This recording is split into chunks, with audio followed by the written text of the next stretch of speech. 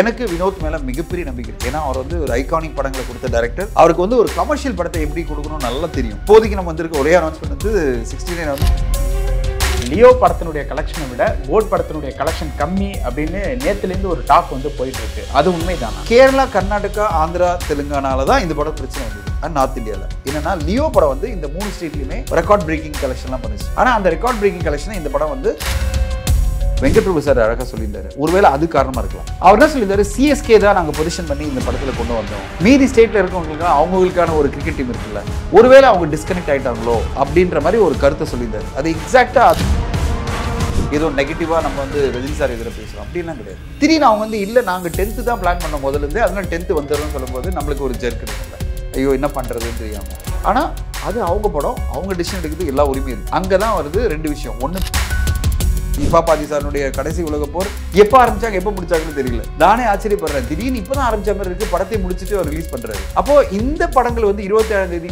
Pressure பயங்கரமாக இருக்கும். ஏன்னா ஏற்கனவே கோட்டு நல்லா போயிட்டு இருக்கு. டீசரும் பார்த்தேன், பாடலும் பார்த்தேன். எனக்கு வந்து ரொம்ப குவாலிட்டியான ஒரு படமாக தெரிஞ்சது. எந்த சமரசம் இல்லாமல் நம்மளுக்கு ஒரு கதை என்ன சொல்லணும்னு நினச்சோமோ அதை வந்து பிரேம்குமார் ரொம்ப பியூட்டிஃபுல்லாக பண்ணியிருக்காரு.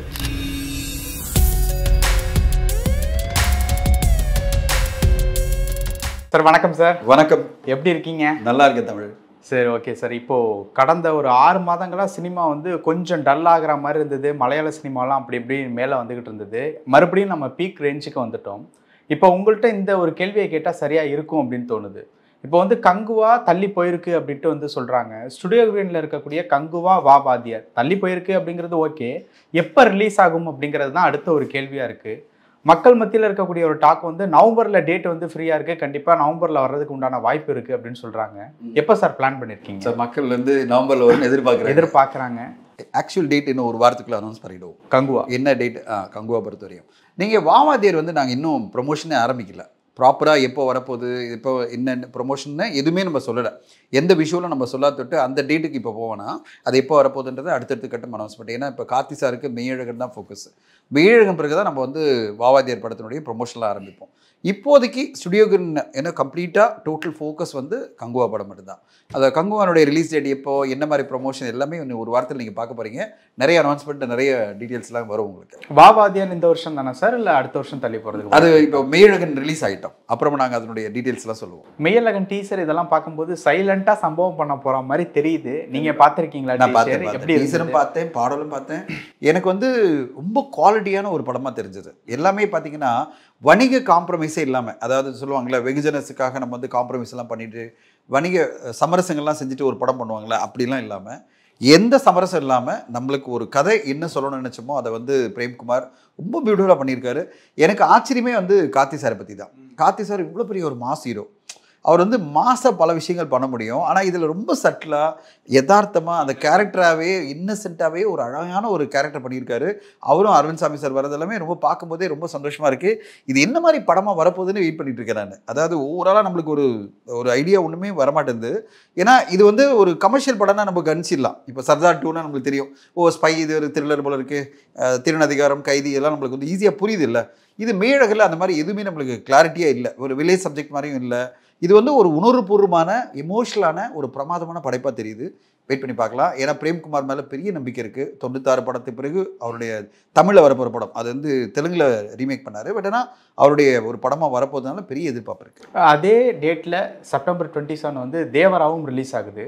ஜூனியர் என்டிஆர் சார் வந்து சமீபத்தில் கொடுத்த மும்பை ப்ரமோஷனில் வந்து 6 இயர்ஸுக்கு அப்புறம் சோலோ ஹீரோவாக எனக்கு வந்து படம் வந்து தேவரா ரிலீஸ் ஆகுது அப்படின்னு சொல்லியிருக்காரு. ஓவராலாக பார்க்கும்போது பேன் இண்டியா லெவலில் வந்து தேவரா ரிலீஸ் பண்ணுறாங்க.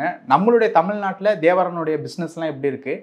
மெய்யழகனுக்கு ஏதாவது போட்டியாக வர்றதுக்கு உண்டான வாய்ப்புகள் இருக்குது? தேவரா படம் பொறுத்தவரை வந்து அவங்க என்ன தான் ட்ரை பண்ணாலும் ஜூனியர் என்டிஆர் இங்கே வந்து ஒரு பிரபாஸ் மாதிரி ஒரு பெரிய ஹீரோவாக இங்கே பார்க்க மாட்டாங்க.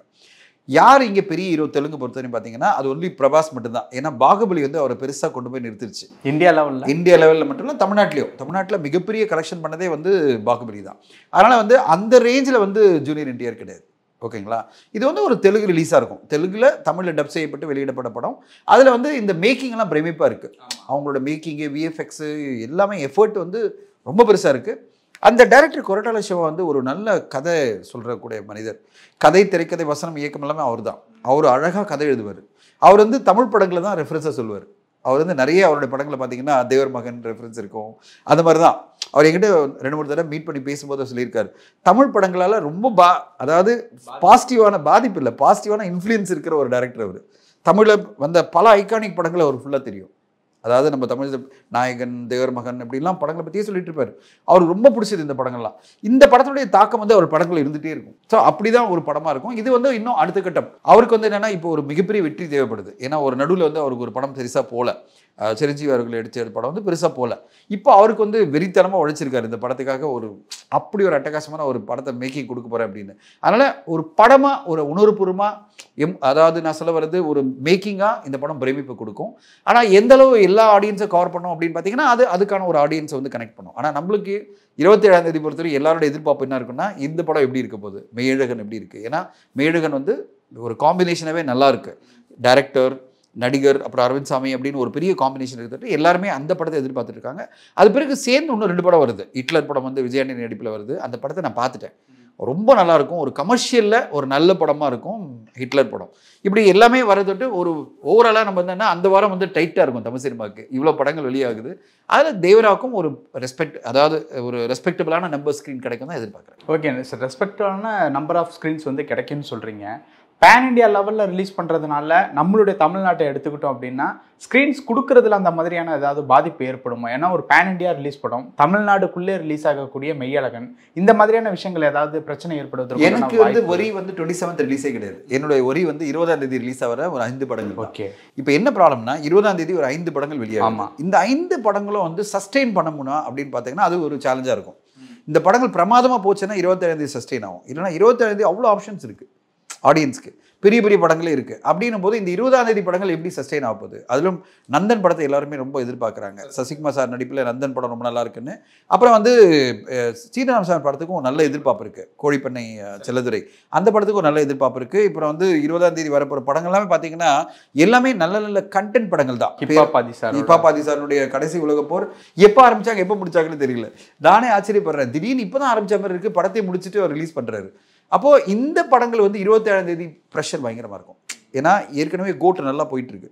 இதில் சில ஸ்க்ரீன் தான் வந்து இந்த 20ஆம் தேதி வெளியாகிற படங்களுக்கு ரிலீஸ் பண்ணுவாங்க. மீதி படங்கள் எல்லாமே அப்படியே கண்டினியூ ஆகும். 20ஆம் தேதியும் கோட்டு கண்டினியூ ஆகிட்டே இருக்கும்.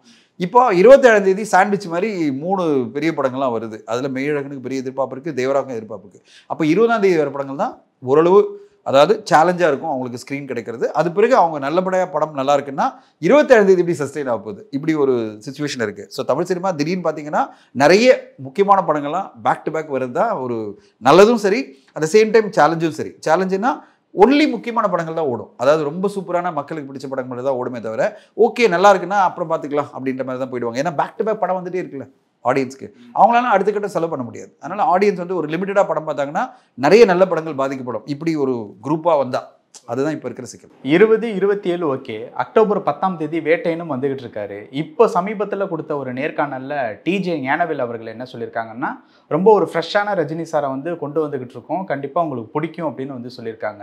ஸோ வேட்டையனுடைய பர்ஃபார்மன்ஸ் எப்படி இருக்கும்? இந்த பாட்டு வந்தது இல்லை? ஆமாம், அந்த பாட்டு பிறகு பயங்கரமாக எதிர்பார்ப்பு உருவாயிடுச்சு. நான் வந்து அந்த பாட்டுக்கு மிகப்பெரிய ரசிகன் ஆகிட்டேன். அதில் ரஜினி சாரனுடைய அந்த டான்ஸ் ஸ்டெப்பு, அவர் வந்து இந்த வயசில் 71 வயசில் வந்து இப்படி வச்சுட்டு டான்ஸ் பண்ணுறதும் சரி, அவங்க மஞ்சு வாரியர் பின்னி பெடல் எடுத்துட்டாங்க. இன்ஃபேக்ட் அவங்க கெரியர்லேயே பெஸ்ட் டான்ஸ் மாதிரி இந்த பாட்டு அமைஞ்சிடுச்சு. அனிருத் வந்து இந்த என்ன சொல்கிறது, இந்த அல்டிமேட் கோட் மாதிரி, அதாவது மியூசிக்கில் கோட்டுன்னா அவர் வந்து ஒரு சைடில் கலக்கிட்டு இருக்காரு, அந்த சைடு ஜிவி பிரகாஷ் கலக்கிட்டு இருக்காரு. ஆனால் இந்த 2 பேருமே அவ்வளோ அற்புதமாக பாடல்களை கொடுத்துட்டே இருக்காங்க. அதில் அனிருத் இந்த பாடல் வந்து அப்படி வைரல் ஆகிடுச்சு, தடன்னு வைரல் ஆகிட்டு இருக்கு. எல்லாருமே அது வந்து ரீல்ஸ் போட்டுகிட்டே இருக்காங்க. பார்த்தீங்கன்னா 40 செகண்ட் ரீலில் வந்து அந்த டான்ஸை போட்டுட்டு இருக்காங்க. அப்படி அந்த சாங் வந்த பிறகு இந்த வேட்டையன் பற்றி எனக்கு கலரே மாறி போச்சு. என்னென்னா இந்த பாடல் வரதுக்கு முன்னாடி வரையும் ஞானவேல் சார் ஏதோ, நான் சொல்லு டிஜே ஞானவேல் அவர்கள் ஏதோ ஒரு சீரியஸான ஒரு கண்டென்ட் கொடுக்குறாரு. ஏன்னா ஜேபிஎம் அப்படி தான் ஒரு சீரியஸான கண்டென்ட் அப்படின்னு நினச்சாங்க.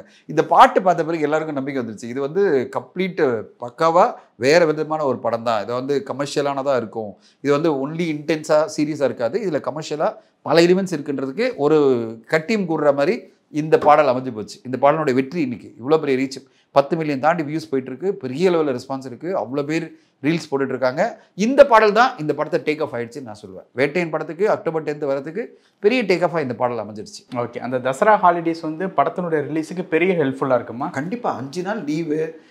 ஒரு தசரா அப்படின்னு ஒரு 3 நாள்ன்றது எல்லாருமே அப்படியே எல்லாரும் ஊருக்கு கிளம்பிடுவாங்க. இப்போயே அந்த அக்டோபர் 10 வரதுக்கு முன்னாடி எல்லாரும் கிளம்பி போனால் எல்லாரும் படம் பார்க்கணும். அதில் அந்த படத்துக்கு வந்து பெரிய எதிர்பார்ப்பு இருக்கும். இந்த பாடலும் இப்போது அடுத்ததாக அவங்க வெளியிட போகிற டீசர் ட்ரெய்லர் எல்லாமே இந்த படத்தை அடுத்த கட்டம் கண்டிப்பாக கொண்டு போயிடும். ஒரு வருஷத்தினுடைய பெரிய ஒரு ப்ளஸ்ஸே வந்து லாங் லீவில் படம் ரிலீஸ் பண்ணுறது தான். லாங் லீவை கொடுக்குறதே ஒன்று பொங்கல் ஹாலிடேஸ், இன்னொன்று தசரா ஹாலிடேஸ். இந்த ஒரு டேட்டை மிஸ் பண்ணிட்டோம் அப்படின்ட்டு கங்குவா ரிலீஸில் நீங்கள் ஏதாவது நினைக்கிறீங்களா? கங்குவா ரிலீஸை பொறுத்தவரையும் வந்து ஐடியல் டேட் வந்து அக்டோபர் 10. Ideal date. ஓகேங்களா? நம்மளுக்கு வந்து ஒரு எதிர்பார்ப்பு என்ன இருந்ததுன்னா, வேட்டையன் 30ஆம் தேதி தான் வரப்போகுது, தீபாவளி வரப்போகுது எதிர்பார்ப்பு இருந்தது. இதில் வந்து நிறைய ஊடகங்களில் தேவையில்லாத கான்ட்ரவர்சிலாம் கிரியேட் பண்ணுறாங்க. ஏதோ நெகட்டிவாக நம்ம வந்து ரஜினி சார் எதிராக பேசுகிறோம், அப்படிலாம் கிடையாது. அதாவது எதிர்பார்ப்பு, ஒருத்தருக்கு ஜெரினா ஒரு எதிர்பார்ப்பு இருக்கும்ல, இந்த படம் 30ஆம் தேதி வரப்போகுது, நம்ம 10ஆம் தேதி வந்துடலாம் அப்படின்ற ஒரு எதிர்பார்ப்பு காரணம் வந்து இன்டர்னலாக கிடைச்ச இன்ஃபர்மேஷனில். ஸோ ஞானவேல் சாருக்கு என்ன இன்ஃபர்மேஷன் கிடைச்சதுன்னா 30ஆம் தேதி தான் அவங்க வரப்போகிறாங்க, அதனால் நம்ம 10 வந்துடலாம். ஏன்னா இந்த மாதிரி ஒரு தேதி நம்மளுக்கு இல்லை. அக்டோபர் 10 அன்றைக்கி பார்த்தீங்கன்னா ஆல் ஓவர் இந்தியாவில் பெரிய ஒரு ஓப்பனிங் அது. ஆனால் இந்தியில் பெரிய ஓப்பனிங் கிடைக்கும், தெலுங்குலேயும் பெரிய ரிலீஸ் இல்லை. அப்படின்னு வரும்போது மலையாளத்திலும் பெரிய ரிலீஸ் இல்லை, கர்நாடகாவில் பெரிய ரிலீஸ்னு போது நம்ம இந்த தேதி யூஸ் பண்ணிக்கலாம். ஓவர்சீஸில் ஆட்டோமேட்டிக்காக பெரிய ரிலீஸ் ஆகிடும். இப்போது பிரமாதமான ஒரு ரிலீஸ் நம்ம கையில் இருக்குது அப்படின்னு நினைக்கும் போது திடீர்னு அவங்க வந்து இல்லை நாங்கள் 10th தான் பிளான் பண்ணோம் முதலேருந்து, அதனால் 10th வந்துடும்னு சொல்லும்போது நம்மளுக்கு ஒரு ஜெர்க் கிடைக்கும்ல, ஐயோ என்ன பண்ணுறதுன்னு தெரியாமல். ஆனால் அது அவங்க படம், அவங்க டிசிஷன் எடுக்கிறது எல்லா உரிமையும் இருக்குது. இப்போ நம்ம தான் டிசைட் பண்ணோம் நம்ம படத்தை என்ன பண்ணுறதுன்னு. அங்கே தான் வருது 2 விஷயம், ஒன்று பிஸ்னஸ், இன்னொன்று எமோஷனலாக ஒரு அட்டாச்மெண்ட். இங்கே வந்து ஞானவேல் சாருக்கும் சூர்யா சாருக்கும் பெரிய எமோஷனல் அட்டாச்மெண்ட் ரஜினி சாரோட. அவங்களுக்கு என்னென்னா ரஜினி சார் மாதிரி நாங்கள் வேந்து இத்தனை வருஷமாக 50 வருஷமாக கொண்டாடிட்டு இருக்கிற ஒரு நடிகர் படத்தோட நம்ம படத்தை போய் கொண்டு வந்து டிவைட் பண்ணி ரெவென்யூ டிவைட் பண்ணி எதுக்கு பண்ணணும்? அது அந்த படத்துக்கான ஒரு மரியாதையாக ஒரு கௌரவமாக அது தனியாக சோலோவாக வரட்டும், நம்ம தனியாக வந்துக்கலாம் அப்படின்ற எண்ணம் தான். மிஸ் பண்ணதுன்றது உண்மை. ஆனால் மிஸ் பண்ணதை தாண்டி எமோஷனலான ஒரு விஷயம் இருக்குல்ல, அந்த ரெஸ்பெக்ட் இருக்குல்ல, அதுக்கு நீங்கள் இதை கம்பேர் பண்ண முடியாது. மிஸ் பண்ணதுன்றது பிஸ்னஸாக பார்க்கணும். பட் இது வந்து நீங்கள் பர்சனலாக பார்க்கும்போது இவங்க 2 பேருக்குமே ஒரு என்னென்னா, சரி நம்ம ரஜினி சார் வேட்டையன் படத்தை பார்த்து கொண்டாடுவோம், நம்ம இன்னொரு டேட்டில் வந்துப்போம் அப்படின்னு ஒரு சந்தோஷத்தோட அவங்க விலகி போகிறாங்க. அப்படி தான் நீங்கள் பார்க்கணும். இப்போ இதுக்கு முன்னாடி ரஜினி சார் படங்களோட அஜித் சார் படம் விஸ்வாசம் வந்து ரிலீஸ் ஆயிருக்கு. 2 திரைப்படங்களும் ஒரே நாளில் மோதுறது அப்படிங்கிறது ஏதோ ஒரு படத்துக்கு வந்து இழப்பாக இருக்கா? ஃபெஸ்டிவலில் ரிலீஸ் ஆனால் கண்டிப்பாக இழப்பு. ஒரு படத்துக்கு கண்டிப்பாக இழப்பாகும், லாஸ் கிடையாது, ப்ராஃபிட்டில் லாஸ் ஆகும். இப்போது நீங்கள் ஒரு சின்ன உதாரணம் எடுத்துக்கணும். இப்போது இந்த வரையும் கோட்டு படத்தை பார்த்தீங்கன்னா இந்த ஃபெஸ்டிவல் டேக்கு வந்திருக்கு. ஓகே, இப்போ அடுத்தடுத்து லீவு, ஓணம் நாளைக்கு அடுத்ததாக நீங்கள் எடுத்தீங்கன்னா மிலாட் நபி வருது 17ஆம் தேதி. இத்தனை லீவு நாட்கள் நடுவில் வந்து கணபதி பூஜை, கணேச சதுர்த்தி வந்துச்சு. இத்தனை லீவு நாட்கள் வரும்போது என்ன ஆகுதுன்னா, லீவ் வர மக்கள் திரையரங்கு போயிட்டே இருப்பாங்க, ஒரு பெரிய படத்தை பார்த்துட்டே இருப்பாங்க. அப்போது கலெக்ஷன் இன்னும் இன்க்ரீஸ் ஆகிட்டே இருக்கும். தமிழ்நாடை பொறுத்தவரை வந்து பெரிய லெவலில் இந்த படம் கலெக்ட் பண்ணோம் கோட்டு. இப்போ பெரிய லெவலில் கலெக்ட் பண்ணதுக்கு கண்டென்ட்டை தாண்டி, கண்டென்ட் கண்டிப்பாக நல்லா இருக்கணும், அதை தாண்டி மிக முக்கியமான விஷயம் வந்து லீவு நாட்கள் நிறைய இருந்ததுன்னா அது ஆட்டோமேட்டிக்காக பெனிஃபிட் ஆகும். இப்போ வேட்டையின் படத்துக்கு அந்த பெனிஃபிட் கண்டிப்பாக கிடைக்கும். இப்போ இந்த மாதிரி ஒரு டேட்டை நம்ம வந்து மிஸ் பண்ணவே முடியாது. எந்த படமாக இருந்தாலும் சரி மிஸ் பண்ணக்கூடாது தான் நான் சொல்லுவேன். ஏன்னா ஒரு ரிலீஸ் டேட்ன்றது தான் ஒரு படத்தினுடைய வசூலை தீர்மானிக்குது. அதே ரிலீஸ் டேட்டில் 2 படம் வந்து வச்சிங்களேன், இந்த ரெவன்யூ டிவைட் ஆகும். இப்போ நீங்கள் நினச்சி பாருங்கள், பீஸ்ட் வரும்போது என்ன படம் வந்தது? KGF 2 வந்தது. டிவைட் ஆச்சா இல்லை ரெவன்யூ? பீஸ்ட் வந்து இண்டஸ்ட்ரி ஹிட்டாக மாறிச்சா? இல்லை. நீங்கள் அதே மாதிரி நீங்கள் வந்து பிகில் வரும்போது கைதி வந்தது, பிகில் இண்டஸ்ட்ரி ஹிட்டாக மாறிச்சா? விஜய் சாருக்கு டாப் மோஸ்ட் கலெக்ஷனாக வந்த படம் அது, முதல் முறையாக 300 கோடி பண்ண படம் எல்லாம். ஆனால் இண்டஸ்ட்ரி ஹிட்டாக மாற முடியாமல் காரணம் என்னென்னா, பிகாஸ் நடுவில் வந்து இன்னொரு படம் வந்து அது 100 கோடி எடுத்துகிட்டு போகுது. எது? கைதி. இங்கே பீஸ்ட் வரும்போது எதிர வந்து KGF 2 வந்து அதுவும் ஒரு 100 கோடி இந்தியா லெவலில் இல்லை தமிழ்நாட்டிலே 100 கோடி பண்ணுச்சு.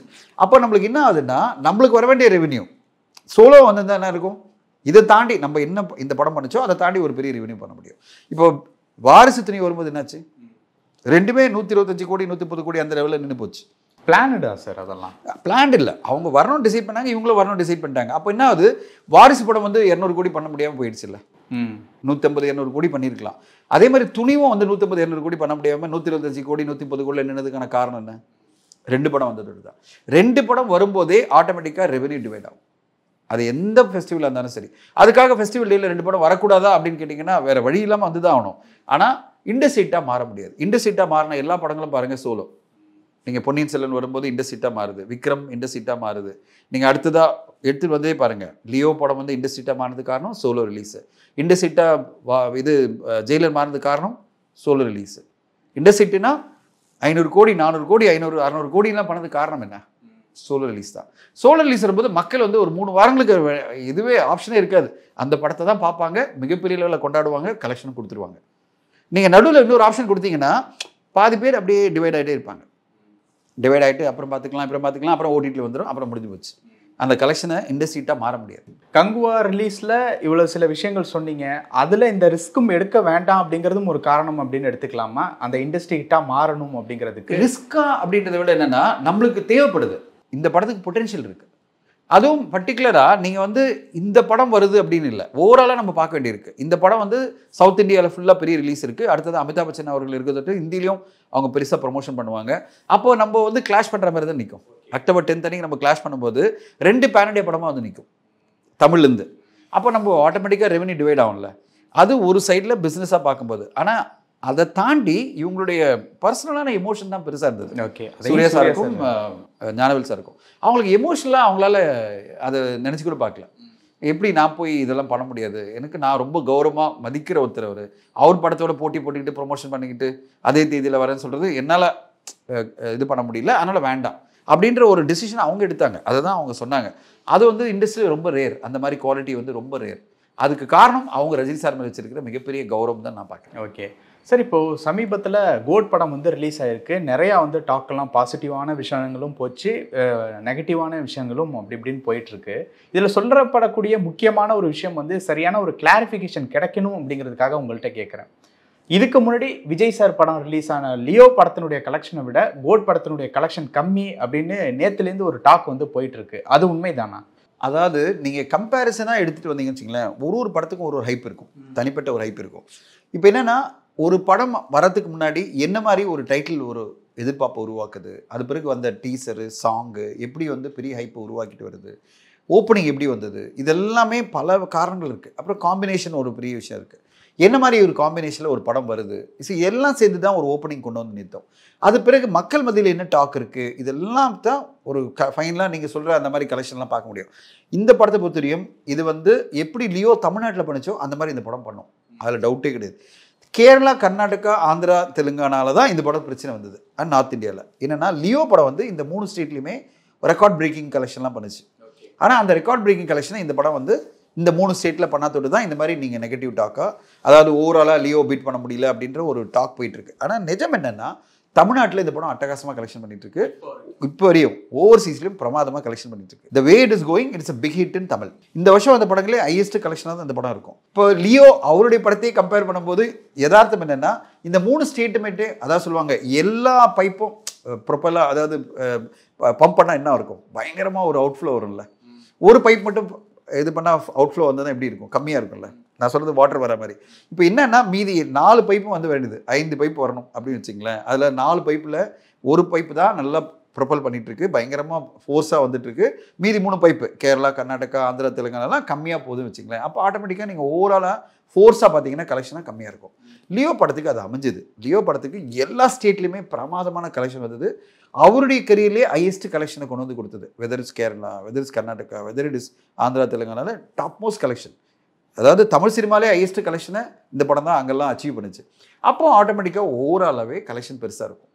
அதே தான் ஓவர்சீஸில் அது ரிஃப்ளெக்ட் ஆச்சு. இது அது மாதிரி 3 ஸ்டேட்டில் வராதோட்டு தான் இந்த ஒரு டாக் வருது. அந்த 3 ஸ்டேட்லையும் வராமல் போனதுக்கு என்ன சார் காரணம்? இல்லை, இது நம்ம அனலைஸ் பண்ண முடியாது. இது வந்து ஒரு ப்ரொடக்ஷன் ஹவுஸும் அந்த டீமும் தான் சேர்ந்து அனலைஸ் பண்ணோம். அதில் ஒரு கமெண்ட் நான் பார்க்கும்போது வெங்கட் பிரபு சார் அழகாக சொல்லியிருந்தார். ஒருவேளை அது காரணமாக இருக்கலாம். அவர் என்ன சொல்லியிருந்தாரு, சிஎஸ்கே தான் நாங்கள் பொசிஷன் பண்ணி இந்த படத்தில் கொண்டு வந்தோம், மீதி ஸ்டேட்டில் இருக்கவங்களுக்குலாம் அவங்களுக்கான ஒரு கிரிக்கெட் டீம் இருக்குல்ல, ஒருவேளை அவங்க டிஸ்கனெக்ட் ஆகிட்டாங்களோ அப்படின்ற மாதிரி ஒரு கருத்தை சொல்லியிருந்தார். அது எக்ஸாக்டாக அதுவா, என்ன காரணம், ரிலீஸ் டேட்டா என்ன, ஒரு டாக் எப்படி இருந்தது ஆடியன்ஸ் மத்தியில் நம்மளுக்கு தெரியல. ஒருவேளை சிஎஸ்கே ஒரு காரணமாக இருக்கலாம். சிஎஸ்கே தான் இந்த படத்தினுடைய ஃபோக்கஸாக இருக்கும்போது அவங்களுக்கு இது ஏதோ தமிழ் படம் மாதிரியே இருக்குது, நம்ம படம் மாதிரி இல்லை. ஏன்னா நம்ம படம்னா என்ன இருக்கணும், யூனிவர்சலாக ஒரு கான்செப்ட் இருக்கணும். அவங்க சிஎஸ்கே மட்டும் ஃபோக்கஸ் பண்ணும்போது என்ன ஆகுது, அது தமிழ் படமாக மாறிடுது அப்படின்னு நினச்சிருக்கலாம். ஸோ எக்ஸாக்ட் காரணன்றது அந்தந்த மார்க்கெட்டில் இருக்கிறவங்க அனலைஸ் பண்ணால் தான் நம்மளால சொல்ல முடியும். ஆனால் விஜய் சாரை பொறுத்தவரை எல்லா படங்களுமே பெருசாக வெற்றி அடையும் எல்லா ஸ்டேட்லையுமே. இந்த படத்துக்கு இந்த 3 ஸ்டேட்டில் கிடைச்ச வரவேற்பு கொஞ்சம் சர்ப்ரைஸாக இருக்குது. ஏன் இது வந்து யூனிவர்சலாக அக்செப்ட் பண்ணலை, தமிழ் ஆடியன்ஸ் இவ்வளோ செலிப்ரேட் பண்ணுறாங்க, தமிழ் ஆடியன்ஸ் இவ்வளோ பெரிய கலெக்ஷன் கொடுக்குறாங்க, ஓவர்சீஸ்லையும் சரி தமிழ்நாட்டிலையும் சரி இவ்வளோ பெரிய கலெக்ஷன் வந்துட்டுருக்கு. இந்த 3 ஸ்டேட்டில் ஏன் வரலன்றதை அவங்க தான் அனலைஸ் பண்ணணும். ஊடகங்களை நம்மளால் வெளியேருந்து கமெண்ட் பண்ண முடியாது. அந்தந்த ஸ்டேட்டில் இருக்கும் அனலைஸ் பண்ணால் ஓரளவு ஐடியா கிடைக்கலாம். அந்த டீம் தான் அதை பண்ணணும். அதை வந்து அடுத்த கட்டமாக அவங்க வந்து இது கேர் எடுத்துக்கணும். ஏன்னா அடுத்ததாக விஜய் சார் படம் வரும்போது இந்த 3 ஸ்டேட் எவ்வளோ முக்கியன்னு இப்போ தெரியும் அவங்களுக்கு. ஏன்னா எல்லா ஸ்டேட்லையுமே கலெக்ஷன் வந்தால் தான் ஓவராலாக ஒரு பெரிய இண்டஸ்ட்ரீட்டாக மாற முடியும். தமிழ்நாட்டில் மட்டுமே வச்சுக்கிட்டு நீங்கள் இண்டஸ்ட்ரீட்டாக மாற முடியாது. எல்லாருக்கும் ஒரு ட்ரீம் இருக்குல்ல, ஃபேன்ஸ்க்கும் ஒரு ட்ரீம் இருக்குல்ல, எங்கள் படம் வந்து 800 கோடி 1000 கோடி எல்லாம் பண்ணணும்னு. அப்போ அந்த நம்பர்ஸ் அச்சீவ் பண்ணனா ஒரு சின்ன டிசப்பாயின்மெண்ட் இருக்குல்ல, அதை அட்ரஸ் பண்ண வேண்டியது அந்த டீமோட ரெஸ்பான்சிபிலிட்டியாக நான் பார்க்குறேன். இப்போ 69 தளபதி 69 எப்படி சார் காயின் பண்ணிட்டு இருக்காங்க? அவங்க சொன்ன ஒரு விஷயம், வினோத் அவர்களே சமீபத்தில் சொன்ன ஒரு விஷயம் வந்து அக்டோபரில் வந்து படம் வந்து பூஜை போடுறோம் அப்படிங்கிற மாதிரி வந்து சொல்கிறாங்க. அது வந்து யாரும் நடக்கக்கூடாத ஒரு விஷயம் வந்து தளபதி அவர்களுடைய ஃபேரவெல்லாம் அமைஞ்சிருச்சு. என்ன மாதிரி சார் காயின் பண்ணிட்டு இருக்காங்க அந்த? இல்லை, நீங்கள் அதனுடைய காம்பினேஷன் என்ன, ஆர்டிஸ்ட் யார் எல்லாமே நம்ம வெயிட் பண்ணிட்டு இருக்கோம். அனௌன்ஸ்மெண்ட் வரல. அதாவது இப்போதைக்கு நம்ம வந்திருக்க ஒரே அனௌன்ஸ்மெண்ட் வந்து 69 வந்து அவர் பண்ணுறாருன்னு, வினோத் அவர்கள் பண்ணுறாருன்னு. மீதி எந்த அனௌன்ஸ்மெண்ட் வராத போது நம்மளால் ஸ்பெகுலேட் பண்ண முடியல. ஆனால் எனக்கு வினோத் மேலே மிகப்பெரிய நம்பிக்கை இருக்குது. ஏன்னா அவர் வந்து ஒரு ஐகானிக் படங்களை கொடுத்த டைரக்டர். அவருக்கு வந்து ஒரு கமர்ஷியல் படத்தை எப்படி கொடுக்கணும்னு நல்லா தெரியும். எல்லாமே அவருடைய எல்லா படங்களுமே அட்டகாசமான படங்கள். அதனால் அந்த படத்துக்கு எதிர்பார்ப்பு பெருசாக இருக்கும். ஏன்னா அவர் வந்து காமெடியாக ஒரு படத்தை கொடுக்க மாட்டார். அவர் என்டர்டெயின்மெண்ட் இருக்கும், ஆனால் அதை தாண்டி வந்து ஒரு சோஷியல் கான்செப்டோட ஒரு எங்கேஜிங்கான படத்தை கொடுத்துருவார் அவர். அப்போ அந்த படம் ஒரு ஃபேவரல் படமாக விஜய் சாருக்கு அமைகிறது நல்லாயிருக்கும். அதில் ஒரு சோஷியல் கான்செப்ட் இருக்கும்போது கண்டிப்பாக பெரிய லெவலில் மக்கள் ரீச் ஆகும் தான் எதிர்பார்க்குறேன். நிறைய விஷயங்கள் பேசணும். நேரத்துக்கு ரொம்ப நன்றி சார். தேங்க்யூ.